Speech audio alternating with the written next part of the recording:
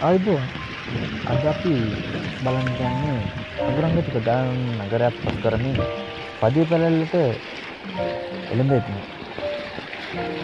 ඉහළට ඇති මාර්ගයක් දිගේ ඇදෙන විට දකින්න ලැබෙන සුන්දරම පරිසරයක් ඇති සුන්දර ගම්මානයක් වන මන්දාරම් නුවර නමින් හැඳින්වෙන ගම්මානය.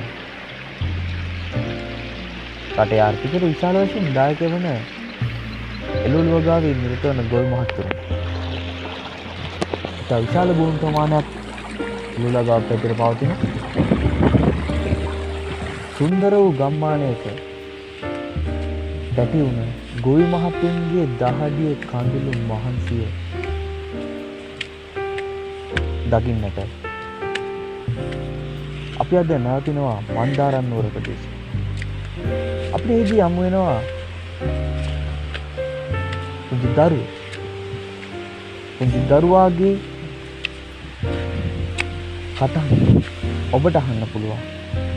මේ මන්දාරම් නුවර ප්‍රදේශය කොයි තරම්නම් සුන්දරද අලංකාරද, ඒ වගේම ඔවුන්ගේ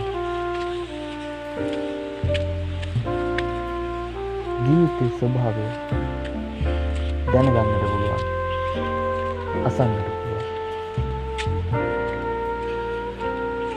මෙම මන්දාරම් නුවර පුරවරය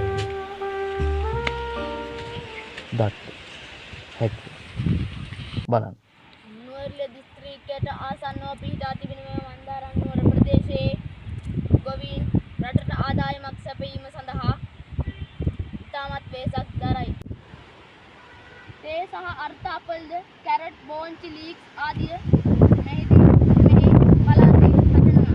ඒ වගේම මෙම පරිසරය දැක්කම වෙන පළාත් වලින් එන සියලු දෙනාටම අත්දැකෙන පරිසරයක් පෙනෙනවා. ඒ වගේම මේ ප්‍රදේශයේ ඇල, දොළ, ගංගා ආදියද මෙම ගොවි මහතුන් ඉතාමත් ප්‍රයෝජනවත් වෙනවා. වගේම මෙම පරිසරයේ තියෙන සමහර වගාවලට මෙම හුළඟ නිසා හානි වෙනවා. මහතුන්ගේ දාඩිය මෙම වගාවට යොමු කරයි. මේ රටේ ආර්ථිකයට වඩා ශක්තියක් ලබා දෙයි.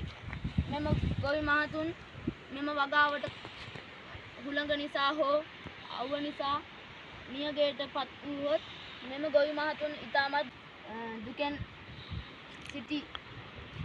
එම වගේම මෙම හුළං තත්ත්වය නිසා බොංචි, තක්කාලි අලවලටත්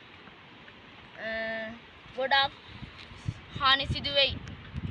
මෙම ප්‍රදේශය ඉතාමත් සුන්දරවත්ව පවතින්නේ මෙම ගොවි ජනතාවගේ වගාවත් සමග මෙම ලැබෙන සුන්දර අලංකාර තත්ත්වයත් සමගයි. ඒ වගේම